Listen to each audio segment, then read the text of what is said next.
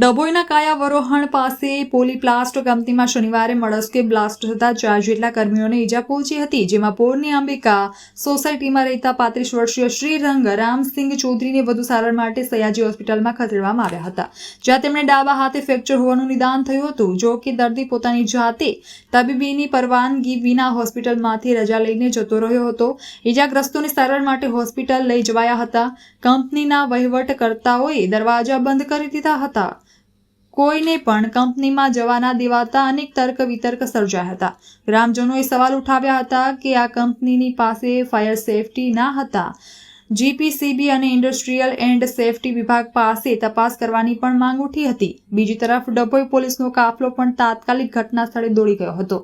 પોલીસે જાણવા જોગ નોંધ દાખલ કરી કંપનીના સંચાલક રાહુલ લલિત શાહ સહિત જવાબદારોની પોલીસ દ્વારા પૂછપરછ થશે। રિપોર્ટ ફઝલ રઝાક ખત્રી।